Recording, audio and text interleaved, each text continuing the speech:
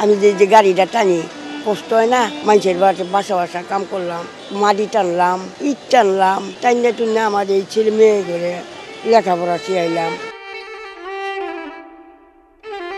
সব পুরুষ লোক কাজ করে, আমি একটা মহিলা এই জায়গায় 30 বছর ধরে কাজ করতেছি। আমার সন্তানকে যদি আমি সুখী করতে পারতাম, মইরাও আমি শান্তি পাইতাম। সন্তানের লাগে তো আমার সব। আমার সন্তানটি যদি বালা থাকে আমিও বালা বাবা, আমার আর কিছু লাগে না। আমি মরলেও যে আমি শান্তিতে মরা ভাই, আমি এইটাই চাই, আর কিচ্ছু চাই না। বিধবা ভাতাও দেয় না। আমি কি বিধবা ভাতা বয়স্ক ভাতা পাই না? আমি কি বুড়ো হয়েছি না? আমি যে গাড়িটা টানি কষ্ট হয় না?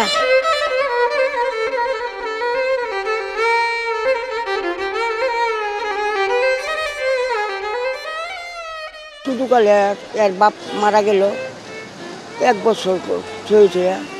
4 বাচ্চা আমার ছোটো ছোটো, এই দিকে মানুষ করলাম। মানুষের বাসা বাসা কাম করলাম, মাটি টানলাম, ইট টানলাম, টাইনে টুন্নে আমার এই ছেলে মেয়ে করে লেখাপড়া শিখাইয়া ওখানে এই কাজে ঢুকছি। এখন আমার মেয়ে করে খাওয়াইবার পাই দিয়াল নুনুট কি খাওয়াইবার পাই।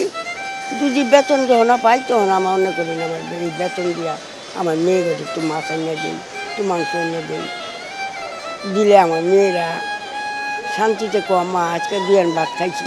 সব পুরুষ লোক কাজ করে, আমি একটা মহিলা এই জায়গায় 30 বছর ধরে কাজ করতেছি। সকালে আই, বিকালে যাই, কাজ শেষ করিয়া এরম আছে কোনোদিন সন্ধ্যাও হয়ে যায়। সন্তান দিক লেগে আমি খাদি, আমার সন্তানকে যদি মানুষ করে ভাই কইটা যায় ভাই, মৃত্যু যখন হইব তখন আমার সন্তানটি বনে বনে থাকবো। আমি একটা জায়গা কিনা পাইলাম না, একটু বাড়ি করা পাইলাম না, আমার সন্তানটি বাড়ি ছাড়া থাকবো, মানুষের বাড়ি ভাড়া থেকে মরবো। আমার সন্তানটি যদি আমি সুখী করতে পারতাম, মইরাও আমি শান্তি পাইতাম।